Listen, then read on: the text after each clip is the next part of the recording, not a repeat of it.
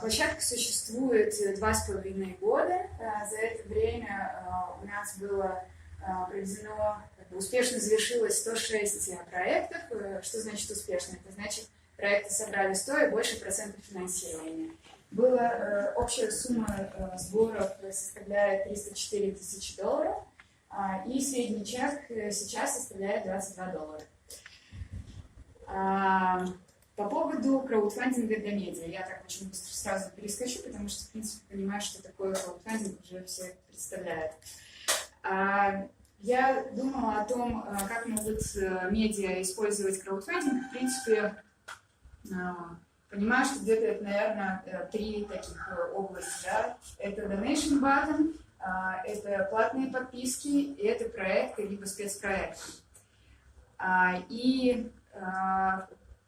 Далеко не ходила за примерами, когда у нас они существуют и так очень хорошие. Извините, у меня тут PDF-версия, поэтому... Один из хороших примеров прекрасных – это журнал «Имена» и их Donation Button. Donation Button. С другой стороны, есть еще в России хороший пример – это Кольта. Это ресурс, больше посвященный культуре и искусству. То есть, в принципе, даже из этих примеров видно, что Donation Button лучше использовать тем средством массовой информации, которые узкопрофильные и там, со своими особенностями. Ну, кроме того, знаем пример Белой Хартии, которая краудфандингом занималась еще с конца 90-х, и сейчас у них есть Donation Button на самом ресурсе. И одна из особенностей еще по поводу Donation Button состоит в том, что есть варианты, когда можно непосредственно на самом сайте производить оплаты и помогать СМИ. Есть варианты такие, как у Кольта, например, у них есть эта кнопка, но она переводит дальше на Планету.ру, на российскую краудфандинговую площадку. И там человек не просто делает вложение и взамен ничего не получает, а в случае Кольты человек получает либо билеты на какие-то интересные, классные концерты, на театральные постановки, получает интересный мерч в виде маек, там, сумок с иллюстрациями, портретами писателей русских и так далее. То есть здесь идет такое взаимодействие, когда человек не просто вкладывает и помогает СМИ, но он еще взамен получает очень классный продукт. Что касается платных подписок. В принципе, почему я сюда платные подписки еще поставила? Потому что мне кажется, что Donation Button и платные подписки, они примерно на одной горизонтали находятся. Но тут как бы есть такой момент, что платные подписки, с моей точки зрения, может себе позволить то СМИ, которое очень сильно уверено в качестве своего контента. Когда он настолько сильный, что это будет мотивировать человека платить за контент. Понятно, что сейчас в современном обществе, да, когда информация нам легко достается в руки и бесплатно, это не те времена, когда мы покупали газеты для того, чтобы получить информацию, а по-другому никак. Да? Здесь действительно нужно понимать, что контент должен быть супер уникальным. И примеры, там, это, наверное, российские СМИ, Репаблик, Дождь и так далее. Но вот тут у меня даже, в принципе, возникают вопросы, о которых я хотела бы с вами поговорить. Просто мне интересно, насколько это возможно было бы вообще в Беларуси. Да? Есть ли у нас СМИ, которые могли бы таким образом финансирование себе находить. Ну и, в принципе, если смотреть с точки зрения бизнес-модели, Donation Button и платные подписки, то, конечно, платные подписки – это более сильная форма монетизации, чем Donation Button. То есть, с моей точки зрения, в принципе, кнопка может скорее помогать для каких-то для поддержку административных каких-то расходов, но не с точки зрения получения прямо прибыли и Давайте прервемся здесь на секунду. Donation button, кнопка, имеется в виду кнопка пожертвования непосредственно на сайте, да, когда вы переходите на ресурс СМИ. Просто объяснить, вернемся к такому базовому понятию, да, потому что мы здесь стали использовать английский термин, возможно, он не до конца понятен. Я просто подумала, что это название дискуссии нашей, поэтому... Да, я сейчас тоже об этом подумала, что, возможно, не самое правильное решение. Тем не менее, кнопка пожертвования, когда, переходя на сайт какого-то ресурса, читатель имеет непосредственную возможность перевести деньги на, вот как упоминалось, технические, допустим, расходы, да, на административные расходы или на любые другие, как команда пожелает эти деньги расходовать. Но редакция непосредственно обращается к читателям с просьбой о поддержке. И последний вариант – это проекты, либо спецпроекты. И такой пример есть у нас в УЛИ. Это фильм и медиапродукт Ромы Свечникова, который Рома Еди, написавший книгу, а затем он снял кино про то, как на роверах они катались по Беларуси. Снял фильм, собрал средства, снял фильм, была презентация, на которой было огромное количество людей. Один из примеров мы сегодня услышим, это наша Нива с расследованиями. Ну, я это понимаю как все-таки проект, правильно? Сборственный проект. Ну, наверное, мы это обсудим. Андрей расскажет. Да. Либо, в принципе, есть такой момент, когда СМИ продают рекламодателям спецпроект, да, который может быть онлайн и офлайн. В принципе, давно эта тема существует, и я еще, когда лет 7 назад работала с Луквор, когда это был культурный портал, то, в принципе, я начинала монетизацию этого сайта и делала это именно с помощью спецпроектов, когда рекламодателям продавала какие-то офлайн интересные вещи. И с моей точки зрения СМИ могут пользоваться как таким моментом, когда можно у рекламодателей просить деньги на проекты и продавать им. И с другой стороны, когда если есть уже идея, но там бизнес не поддерживает ее, то почему бы не воспользоваться краудфандингом? Потому что это принесет не только финансовые ресурсы, но кроме этого и принесет еще хорошую лояльность со стороны целевой аудитории СМИ. И там просто как пример такой, который супер быстро пришел в голову, это, допустим, даже просто посадка деревьев, да, которая постоянно происходит. Бизнес, там, банки сажают эти деревья со своими сотрудниками, без сотрудников, с блогерами, еще как. Но даже просто СМИ может опубликовать, там, не знаю, фотографии исторические, что где-то там в городе раньше был красивый сад или парк, сейчас это все укатано в асфальт, там, почему бы не поговорить там, с властями, и, допустим, они разрешили, и вот запускаем крауд-компанию, чтобы люди, жители города, могли поучаствовать в этих процессах, посадить деревья, оплатить эти деревья, там, получить таблички свои именные, что они там участвовали в этом проекте, и это просто как один из вариантов, да. То есть, с одной стороны, с помощью краудфандинга СМИ могут собирать на свою деятельность, с другой стороны, еще дополнительно делать проекты. Вот, то есть, то, что пробовать краудфандинг нужно, это правда, это интересно, и в этом есть очень большие возможности. Но, с другой стороны, вы просто сперва подумайте, для чего вам это нужно. И тогда вы поймете, вам нужна кнопка, вам нужны проекты, или вам нужны платные подписки. Ольга, у меня сразу такой один уточняющий вопрос. Правильно я понимаю, что, переходя на сайт Ули.бай, можно получить более общую информацию о том, что Ули делает в рамках краудфандинга, да, и что такое конечно. краудфандинг? Еще больше можно информацию получить, просто там, позвонив нам или придя на консультацию. То есть мы супер-мега открытые, нам очень интересно всегда со всеми поговорить, пообщаться. И к нам уже есть обращение по поводу того, чтобы там, поставить на сайт donation button, чтобы Ули в этом способствовал. Поэтому тоже, если есть такие мысли, тоже готовы обсуждать. То есть Ули — это команда техническая, можно сказать, да, посредника, который помогает собрать деньги с аудитории на какой-то проект. Да? Вы помогаете технически, прежде всего. Да. Ну, мы понятно. Звено, посредник. Между аудиторией и, собственно, инициатором, который собирает деньги на какой-либо проект или, соответственно, на медиа.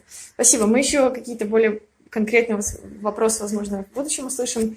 Сейчас, Андрей, расскажите, пожалуйста, про примеры краудфандинга, как наша Нива с ним работала, со сбором средств.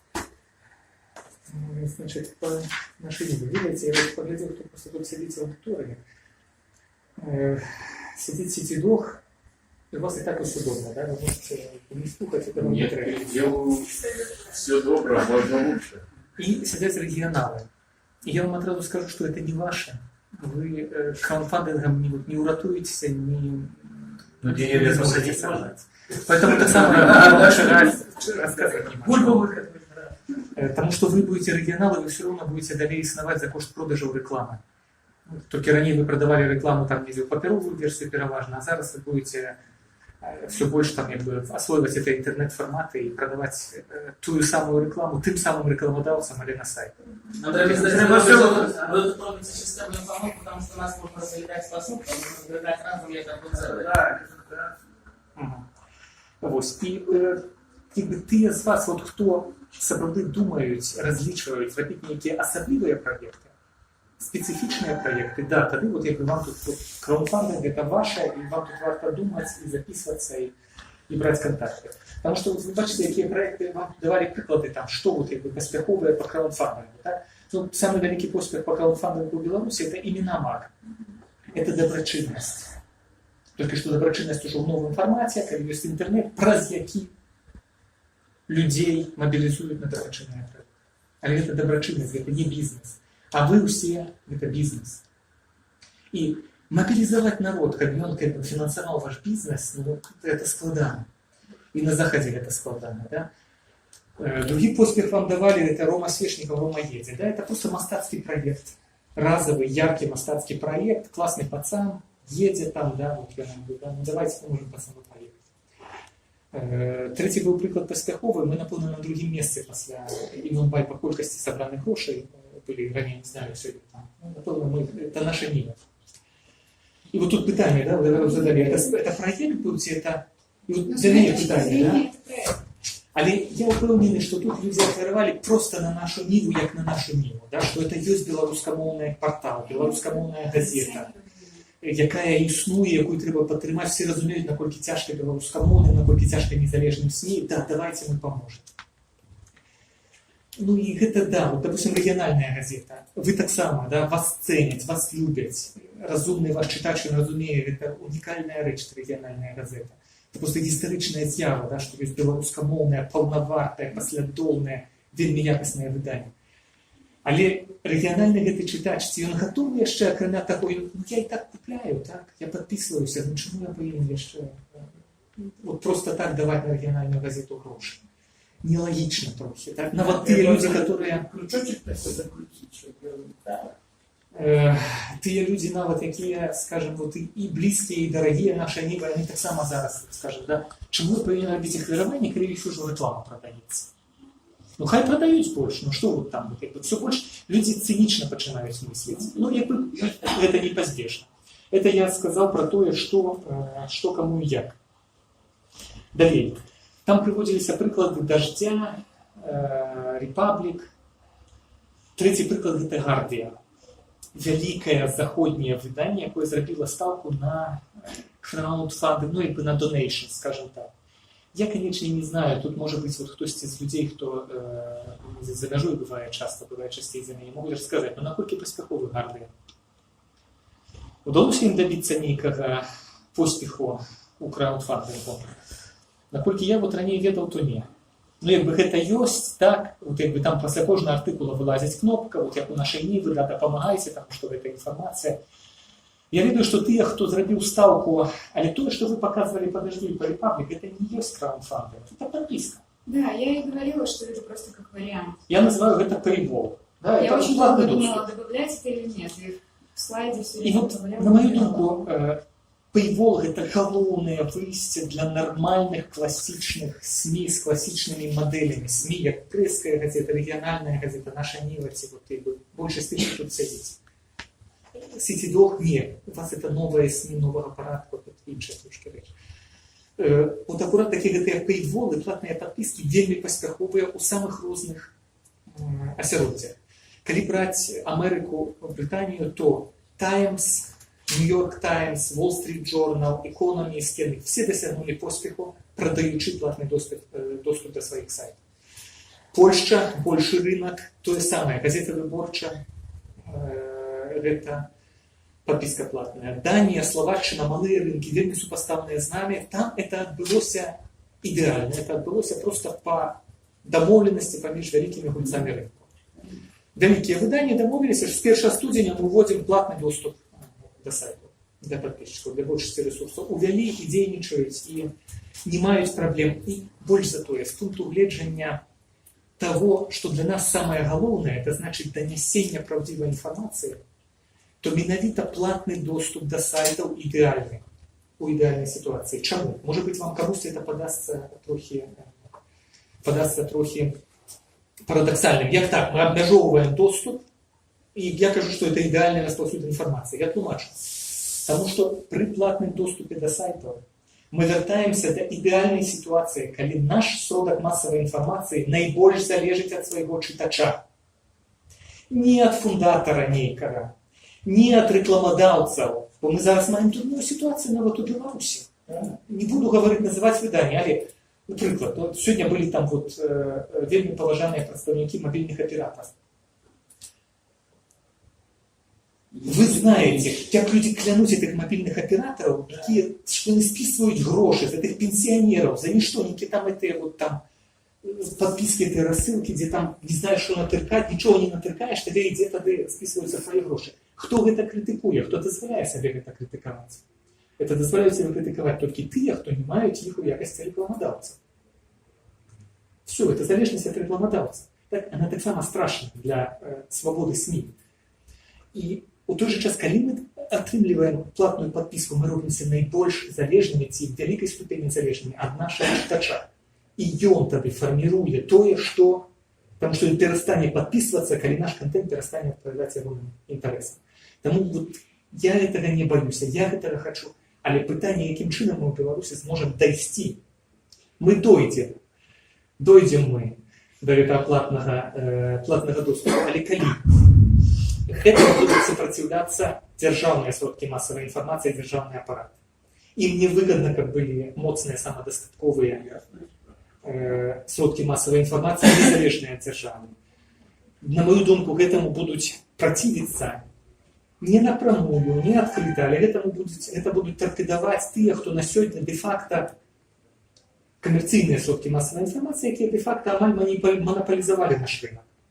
Потому что они в этой ситуации квазимонополизации имеют длинную долю прибытков, рекламных доходов. Им невыгодно, как з'явились некие конкуренты, которые были сопоставлены с ними, могли конкурировать с ними по якости. И в силу разных причин. Недзе в силу, там, скажем, справедливой конкуренции, недзе несправедливой, отримали большую долю рынка, и не будут этому сопротивляться так само. Але я не бачу альтернативы тому, как на довжейший час придумлять способы для таких, как мы. Для региональных СМИ не ведаю. Может быть, вы будете обходиться просто рекламой. Может быть, просто вот реклама с уликом того, что у вас много мясцовых рекламодавцев. Может быть, просто реклама вам будет давать возможность. Вот я тульский, сегодня Тула это приклад. Напевно, Інтекспрес это так само приклад. Тут такого поспіху. У нас ось приклад того, коли просто за кошт реклами видання може вельми поспіхово існувати в інтернеті. Ось. Вертаючись до краундфандингу. Значить, моє міркування такое, що краундфандинг, пригожее слово, дзейнічае тады, калі вы быліце дадзены ваш проект, ваш сродак массовой информации, быў здольны збіраць нейкія ахвяраванні прыватныя, ахвяраванні не інтэрнетаўскімі спосабамі. Калі вам просто люди вот прыносілі ахвяраванні раней, то яны зараз будуць это рабіць через інтэрнет. Бо новага тут толькі тое, што гэта інтэрнет-тэхналогіі, якія вельмі простыя для інтэрнет-карыстальнікаў. У гэтым вот іменамах вернемся, так? Именамах. Мы признали Катю Синюк летось человеком года у нашей Ниве, после обмеркования. Почему? Потому что именамах показали, наколькі агромны патэнцыял ёсць грамадства падтрымліваць добрыя рэчы просто шляхам таму, што людзям даецца вельмі просты спосаб гэта зрабіць.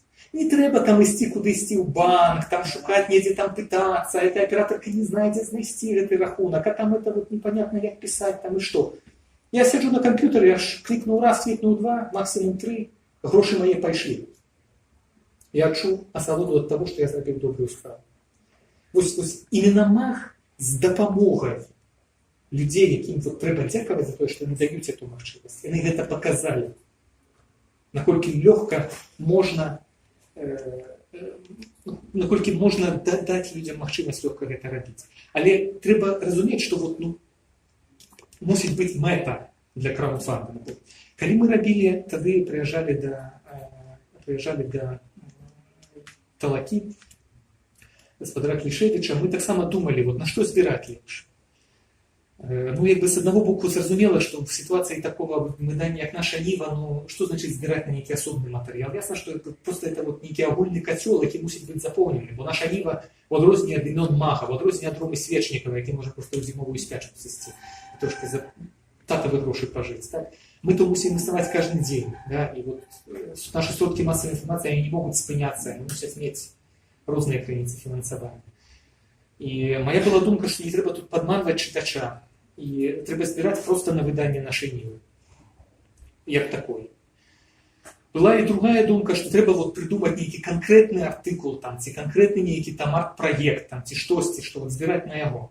Мы выбрали нейкую такую золотую сярэдзіну, што мы збіралі на расследаванне нашай Нівы. Это значыць на нешта такое, не просто на будзённую нашу дзейнасць, але нешта такое, што все ж таки выбіваецца, што у чым людзі могуць адчуваць большую патрэбу, разумець, што да, гэта незвычайна, на гэта вот цяжэй здабыць сродкі, і гэта патрабуе сродкаў. І мы таму выбралі расследаванне. Мы выбралі расследаванне таму, што яшчэ да таго ў нас былі добрыя расследаванні. Людзі ведалі, што ў прынцыпе мы здольныя рабіць расследаванне, што мы вот тут не зманім. Наша Ніва да таго 3 гады запар атрымлівала першую прэмію «Свободное слово», «Вольное слово» за найлепшае расследаванне. Паслядоўна. І, по-моему, таксама і ў гэтым годзе, мы пасля ўжо гэта проекта, таксама мы атрымалі, да? 4-й год запар, значит, мы робім найлепшае ў краіне расследаванне. Вось, але я не думаю, што гэта было вырашальным у нашым выпадку. Я думаю, што больш за ўсё это былі тыя людзі, якія проста палічылі патрэбным падтрымаць нашу Ніву. У той жа час, тое, што вот, дзе мой скептыцызм, мой пессимизм быў патаптаны, гэта тое, што я думаў, што это будуць вот людзі, которых я знаю. Что это, умовно кажучи, вот Саша Лупская, будет там Олесь Манцевич, Ганцевицкий час, там, Илья Заранок пошли. Часткова это справдзілася, там я бачыў знаёмыя імёны. Але у той же час там была огромная колькасць людзей, якіх я не ведаю. Хто тыповы, гэты тыповы ахарадаўца аказаўся, што і прадказальна, і нейкі было добры сюрпрыз для мяне, гэта быў супрацоўнік IT-кампаніі, які працуе або ў Беларусі, або замежнай Беларусі, беларус. Это значит, тыя людзі, якія добра зарабляюць, і людзі вельмі сучасныя, якія добра карыстаюцца інтэрнэт-плацяжамі. Бо умова для краундфандинга заўсёды умова sine qua non, умова абавязковая, гэта каб істотная доля той аўдыторыі, да якой вы звяртаецеся па грошы, яна мела магчымасць лёгкага ажыццяўлення інтэрнэт-плацяжоў. Это, допустим, сістэма ARIP, або вот гэта Талака-бай, Улей-бай, але каб людзі маглі увогуле, каб іх былі электронныя грошы. І другая рэч, каб яны не баяліся даваць грошы на дадзены праект, каб гэта не было на штосьці такое, што разглядалася імі, як все-таки не штосьці, на што не варта даваць. Значит, мы мусім быць рэалістычнымі, напэўна, так, пры выбары нашых тэмаў. Я таксама бачу пэўную стомленасць людзей гэтымі кампаніямі. Я бачу, ці можа быць проста занадта многа людзей спрабуюць на штосьці сабраць, не разлічваючы грамадскую значнасць. Я бачу, напрыклад, што зараз там часам бываюць, стартуюць нейкія кампаніі, вот, ляжу там, збіраюць на новы помнік Янку Лучыну, по-моему, там, на кальварыйскіх могілках. І пры гэтым мільён чалавек у этой аб'яве пра гэты новы помнік Янку Лучыну робіць арфаграфічныя памылкі. Ну як ти хочеш собрати, от ти мені гэта прислав, так, а я підтримав, як я можу розмістити у нашій мові щось, що ти збираєш на пам'ять Янку Лучину, ти можеш грамотно написати 2 скази там. Ну, може ти крутив ніякі, так? Або, наприклад, зараз збирали на видання там серії книг «Американка». І там є колосальні суми, що там просто десятки тисяч рублів на ніякі книги. Ну, не зрозуміло, да? Тут за такі гроші можна космічний корабель запустити, я не знаю, там газету «Наша Нива» видавати. Но они думали, что они более широкую аудиторию зацепят, но при этом работали только... Это значит, что просто ну, как бы наш эффект был эффект новины. Я не знаю, скажем, я не знаю, если смогут, когда будут другие разбирать именно маги, вот как они далее будут разбирать, они будут разбирать только сами. Я не знаю, как мы вот далее будем разбирать. Но наша концепция, мы разумеем, что нам без захворювання не обойтися в нашій мірі. У нас так само прийшов розпродажу реклами, дякую Богу. Мы так само вот щось освоюємо, ми маримо про ці платні підписки, але ми знаємо, що на цьому переходному етапі нам це треба. Ми спробуємо доводити аудиторію, що нам це треба. Наше бачення подвойне. Да? Ми після кожного доброго матеріалу нашого стараємося ставити кнопку гэтую, да? «Підтримай». «Підтримай автора», «Підтримай розслідування». І це дійничає. От якби такі хвалі, ну, що над рукою моцне ніяке, да? Нам ідуть після цього ідуть гроші. Наприклад, там ми надрукували класне розслідування про так званий «Руський мір» тут в Білорусі, його сітки, щупальці. Вот после этого была вот хваля, люди охлеровали гроши, они разумели, что да, это варто того. А вот другая речь, это мы просто якби нагадываем людям, как робили это постоянно, тыя, хто може. Ну, але тяжко. Люди забываются, знаете, это як Адам Мицкевич писал, что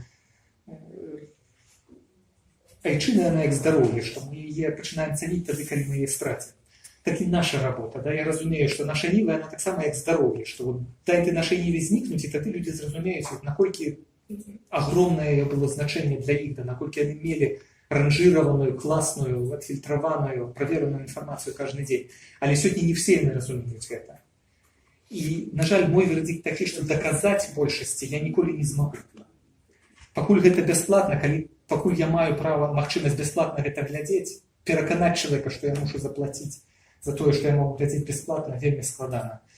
Трэба выкарыстоўваць тады нейкія прыдумляць новыя ідэі. І тут жа зноў жа, вот у гэтай магчымасці улья і талакі, якія яны даюць, чаго мы самі не можам зрабіць. Яны могуць прыдумаць, пабачыць тое, падказаць вам тое, што вот на чым вы можете сыграць.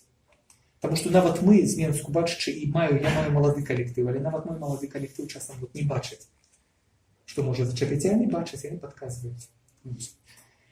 Дякую. Будем переходить до третьего выступу. Андрей, вибачайте, але вимушена вас перервати, щоб залишився час на питання. Євген, може ви зараз розповідаєте, що Талака має до Так, конечно.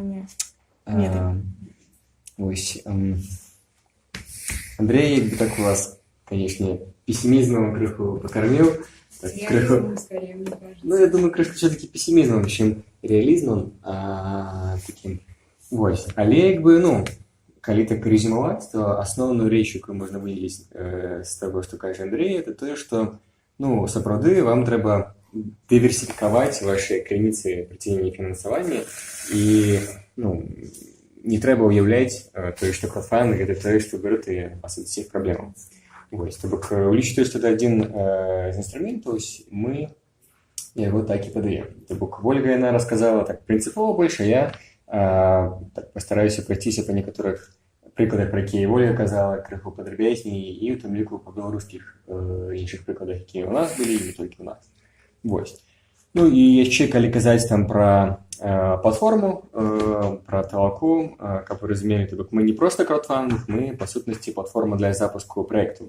Для нас збор сродків – это одна з магчимостей, яку ми даємо проектам, але в цілому у нас можна збирати і команду, і отримувати зворотну сувязь на ваші ідеї.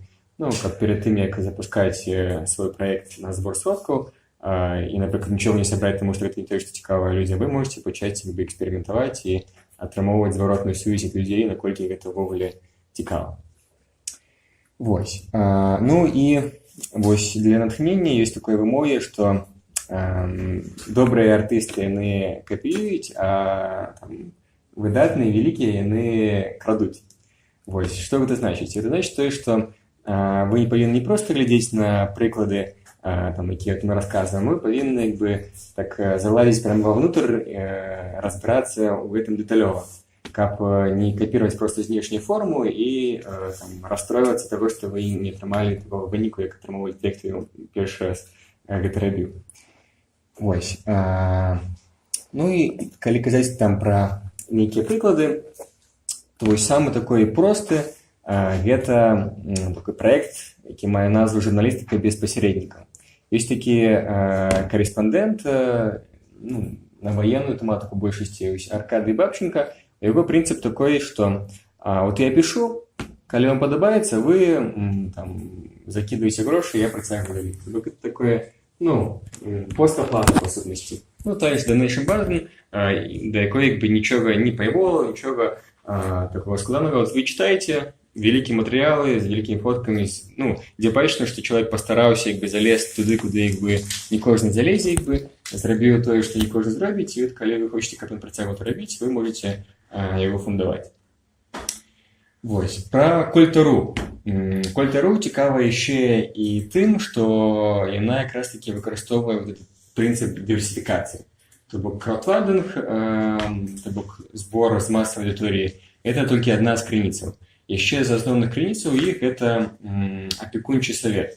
То бок ёсць кола людзей, якія на сталай аснове фундуюць Кольт.ру на вялікія сумы. То бок там на сайце можна паглядзець, там стартавы ўнёсак у год это 30 000 рублёў. То бок это каля 4-5 тысяч доляраў у год. То бок каб стаць апекуном, вы можете аферваць, то бок такі як бы мецэнацкая мадэль. Вось. Пры тым, што вот гэтымі апекунамі яны могуць быць як прыватныя асобы, так і нейкія буйныя кампаніі. Вось. Ну, пра такой класічны краудфандинг ўжо мы гутарылі. Вось тэлеканал «Дождь». Ён таксама цікавы для такого даследавання разбіральніцтва внутрі, тому што яны насамрэч, калі іх у пэўны момант адключылі ад кабельнага тэлебачання спачатку ва ўкраіне, потым і ў Расіі, яны пачалі як бы так хапацца за кожную саломінку і спрабаваць самыя розныя метады, пачынаючы там краудфандинг, мерч, там розныя бонусы, там удзел у эфірах і так далей. То бок вы можете пагугліць і, в прынцыпе, там шмат ідэй для таго, што можна спрабаваць рабіць, знойдзеце. Вот, тут некаторыя там не знаю, торбачкі, там всякие наведванні студыі і так далей. Ну і таксама такой краудфандинг класічны праз платформу. Вось. Ну, яшчэ адзін з такіх прыкладаў, ну, часткова у тым ліку журналісткі, гэта Навальны.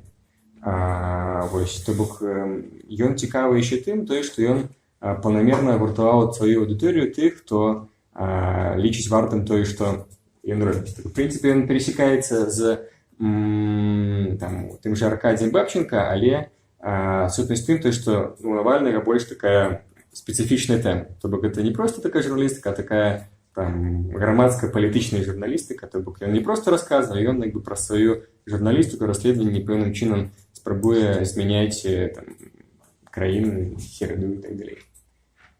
Вось. Ну, таксама варыянты з аднаразовым унёскам ці штомесячнай падпіскай. Вось. Ну, што нашы прыклады вучаць? Тое, што, як ужо і казаў Андрэй, трэба сапраўды працаваць на чытача. То бок, калі вы хацеце, каб чытальшчык вас падтрымоўваў, то вы павінны яго так ўсёй сваёй заботай, усей магчымасці яму прыносіць карысць. Ну, другая рэч, это тое, што вам сапраўды трэба любіць сваю справу, таму што вам будзе непроста, і у вас будзе шмат нечага атрымоўвацца, і каб проста спрабуючы розныя мадэлі прыцянення фінансаў, калі у вас не атрымаецца першы раз, каб не апусціць рукі і не пайсці, не знаю, працаваць на завод, то трэба мець пэўны такой запас любові да справы сваёй. Вось. Ну і рабіць сваю справу лепей за іншых, ну, сапраўды, таму што зараз у час, калі все адзін аднаго перадрукоўваюць беларускіх, замежных СМІ, ідзе там контент робіцца за пару сек, ну, на такое сапраўды вы не збераце рэсурсаў, вам трэба ствараць нешта унікальнае, тое, што так проста не знойдзеш, і тое, што в прынцыпе прыносіць там большую карысць, чым проста расказаць тое, што і так все ведаюць. Вось. Пра супольнасць сяброў я таксама ўжо казаў, то бок каб атрымоўваць ад вашых чытачоў падтрымку, да іх трэба ставіць не проста як чытачоў, а да тых, хто па сутнасці у вас у адносінах. То бок, што такое сяброўства? Гэта калі вы нешта даеце і вам нешта даюць. І таму вот заўсёды трэба разумець гэты абмен, сапраўды, ці вы там даеце людзям, што вы пра свой контент даеце людзям? Ці гэта інфармацыя, ці гэта, не знаю, там, пашыраеце любоў да свайго горада, ці, не знаю, робіце нейкія акцыі па тым, каб, там, не знаю, падкарміць там ностальгію, ці, там, не знаю, змяніць свой горад. То бок, вы павінны зразумець, на чым грунтуецца выбудоўванне вашых адносін з чытачамі. Вось, ну і сапраўды, трэба быць падрыхтаваным да розных эксперыментаў, таму што ніколі не ведаеце, што спрацуе. І можа тое, што Андрэй Данько казаў, што ніколі не спрацуе менавіта у вас. Вось, ну а далей крышку пра прыклады медыйных праектаў, якія былі паспяховымі ў нас. Вось, даўнейшні праект, які называецца «Паласатая газета», сутнасць яго ў тым, што Ганна Грановская, выдавец дзіцячай, ну, даволі унікальнай дзіцячай газеты папяровай, праз пэўныя махінацыі з Белпошты, там, дзе іх там нейкія тарыфы мяняліся на падпіскі і так далей, ну, у некаторым сэнсе атрымалася ў такім значным мінусе і фактычна рызыкавала пра тое, каб там зачыніць увогуле там сваю газету. Вось, ну, у пэўны момант она так не разгубілася і проста взяла і шчыра расказала сваю гісторыю. То бок, ну, па сутнасці, ну, яна расказала і паказала, от як яна любіць сваю справу, як яна ставіцца да гэтага, што яна ўжо зрабіла, і, в прынцыпе, гэта падхапілі там розныя СМІ, чытачы «Паласатай газеты», такім чынам зафундавалі і памаглі закрыць гэты касавы разрыв, які ўзнік у «Паласатай газеты». Пра імена ўжо шмат казалі. Сапраўды можна таксама глядзець, браць прыклад, але сапраўды ёсць верагоднасць тое, што у вас не атрымаецца як у іх. Чаму? Таму што, акрамя таго, што у іх ёсць добрая каманда, якую вы таксама, в прынцыпе, можаце стварыць, можна лепшую, іх ёсць вузкая тэматыка, то бок гэта востра-сацыяльная тэма. Востра-сацыяльная тэма, яна, в прынцыпе, сама па сабе заўсёды, так сказаць, прасцейшая для збору, чым нейкія нават культурніцкія праекты, прадпрымальніцкія, ці нават проста такімі сацыяльныя прадпрымальніцкія. Вось. Што датычна друкаваных медыа. У нас ёсць кейс так званага альманаха «Маналог». То бок гэта штогадовае выданне, даволі нізкатыражнае, то бок каля 500 экземпляраў, напоўненае такімі адборнымі філасофскімі і публіцыстычнымі тэкстамі, якія ўжо колькі 21 год робіцца энтузіастамі во главе з Алексеем. І па сутнасці за гэты 20 год у іх ужо склалася пэўная суполка людзей, якія гатовыя падтрымліваць і куплялі гэтае выданне, і праз платформу з аднаго боку яны далі магчымасць зручнага, так сказаць, унёску, каб атрымаць свой часопіс, а з іншага боку таксама спроба выйсці на больш шырокую аўдыторыю, каб, ну, знатакі выкарыстоўваючы новыя тэхналогіі. Вось. Вось як ён выглядае. Вось. Адзін з свежых праектаў, які прямо зараз ідзе, вы можете зайсці па спасылцы, паглядзець, як ён выглядае, нават падтрымаць, гэта часопіс «Майкаут», то бок гэта такой, можна сказаць, блог на тэму ЛГБТ, які яны посцяць перыядычна на сваім сайце розныя такія аўтарскія матэрыялы па гэтай тэме. І зараз вони запустили проект по виданню часописа, який збере фактично там лепшие там, материалы и сам по себе, ну, под такой одной буковкой. Кроме того, что это такой журналистский материал, это само по себе такой артефакт. По сути, добре зроблене паперове видання, яке приємно гортати, на яке приємно не тільки читателі поставити там на поличку, от на гэта яны робяць акцент.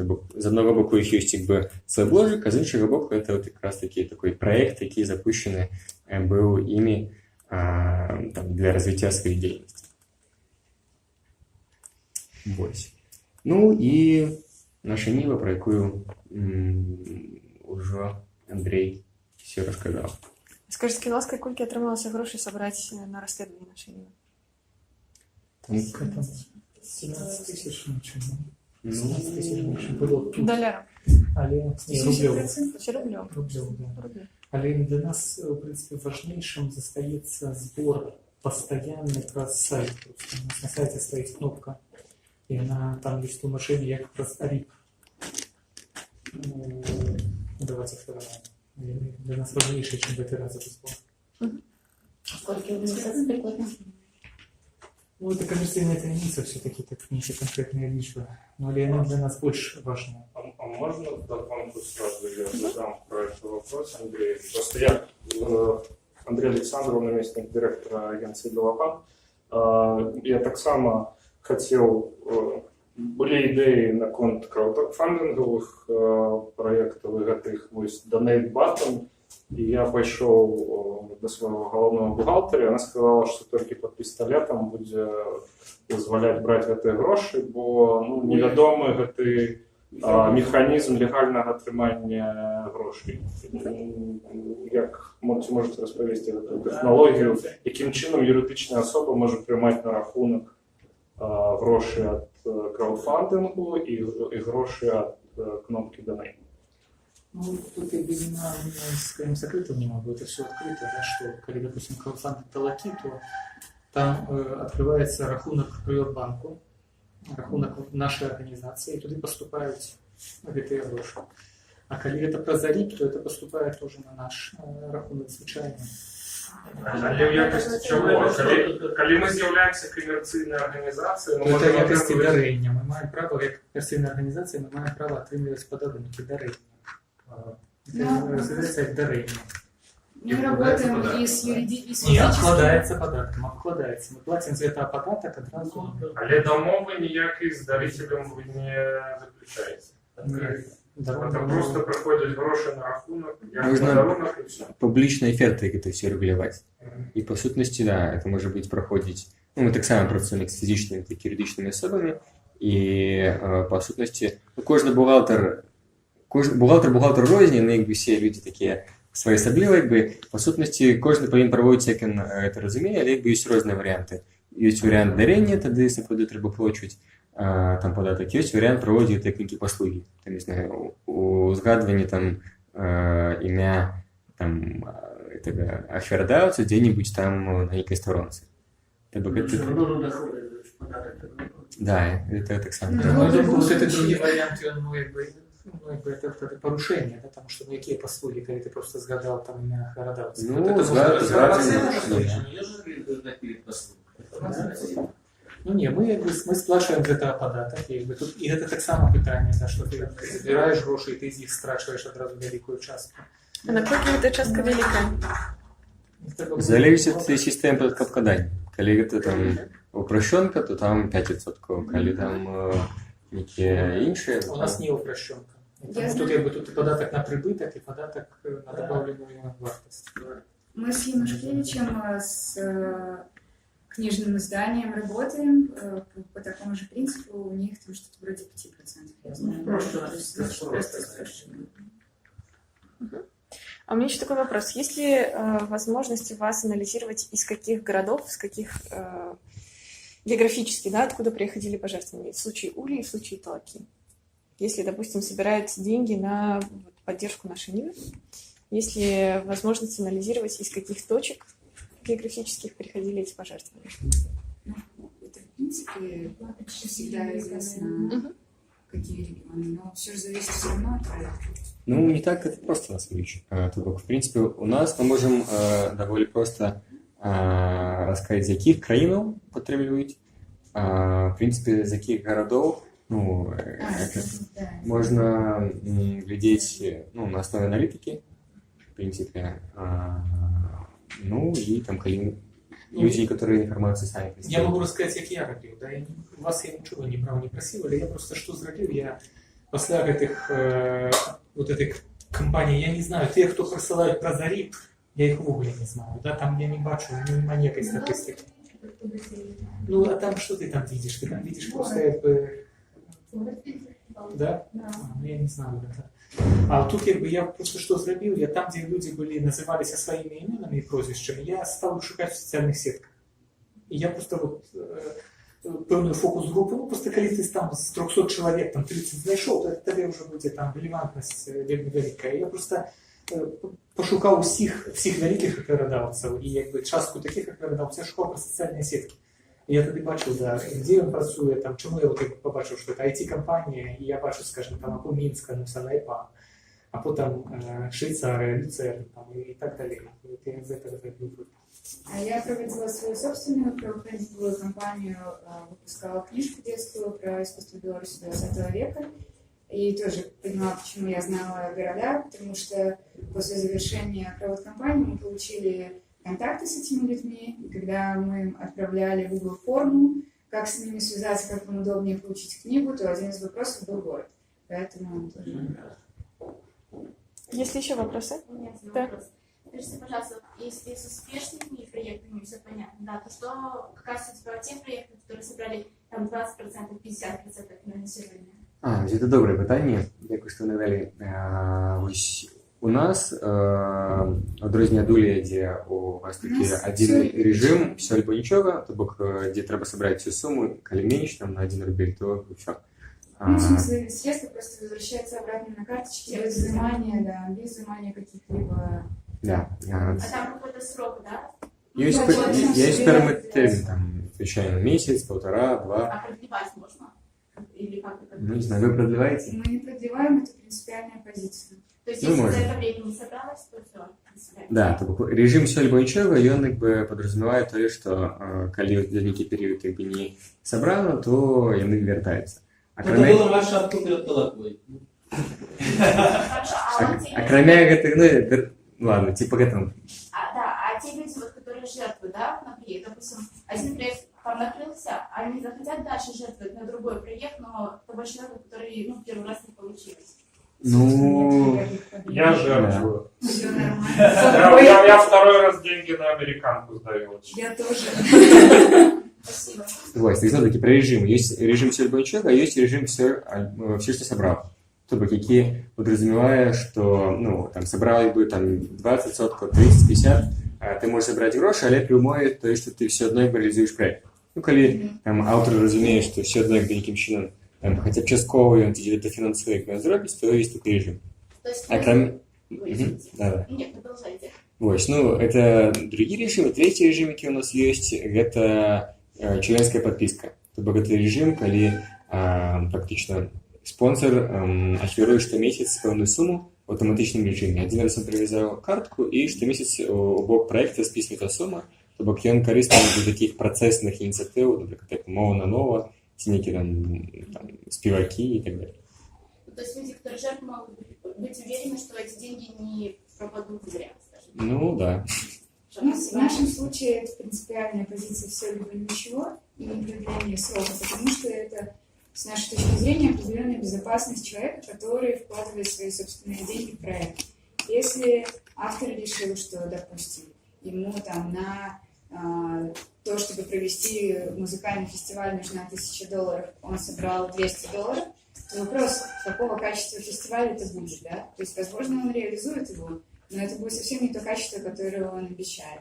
Это с одной стороны. Со второй стороны, по поводу срока мы не продлеваем, потому что если автор указал, что примерно в такой срок он реализует свой проект, и внезапно он продлевает, а люди ориентировались на то, что они получат то, что им обещано там, в определенный срок, а тут получается вообще совсем другое время, это тоже... Можно где-то говорить, что попередити, що стільки треба на такий об'єм.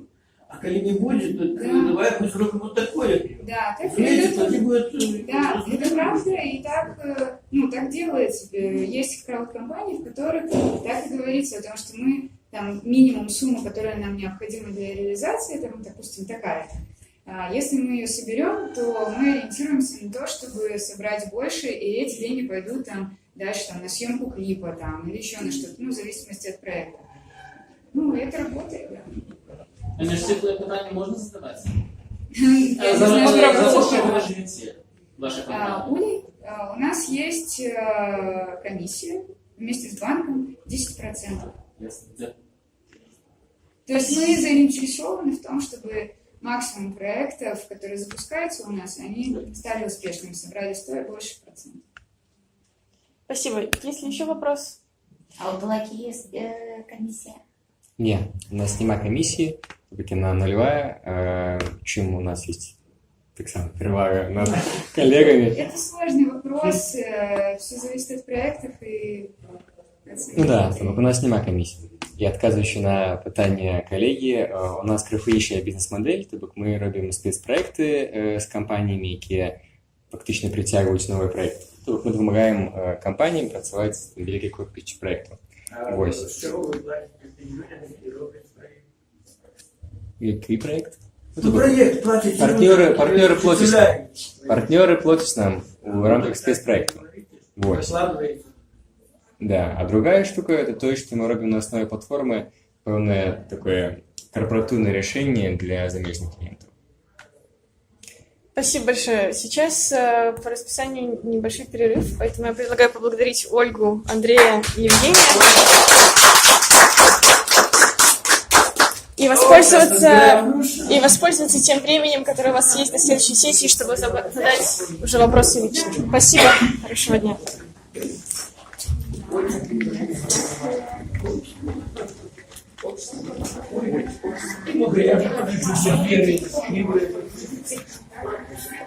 Да.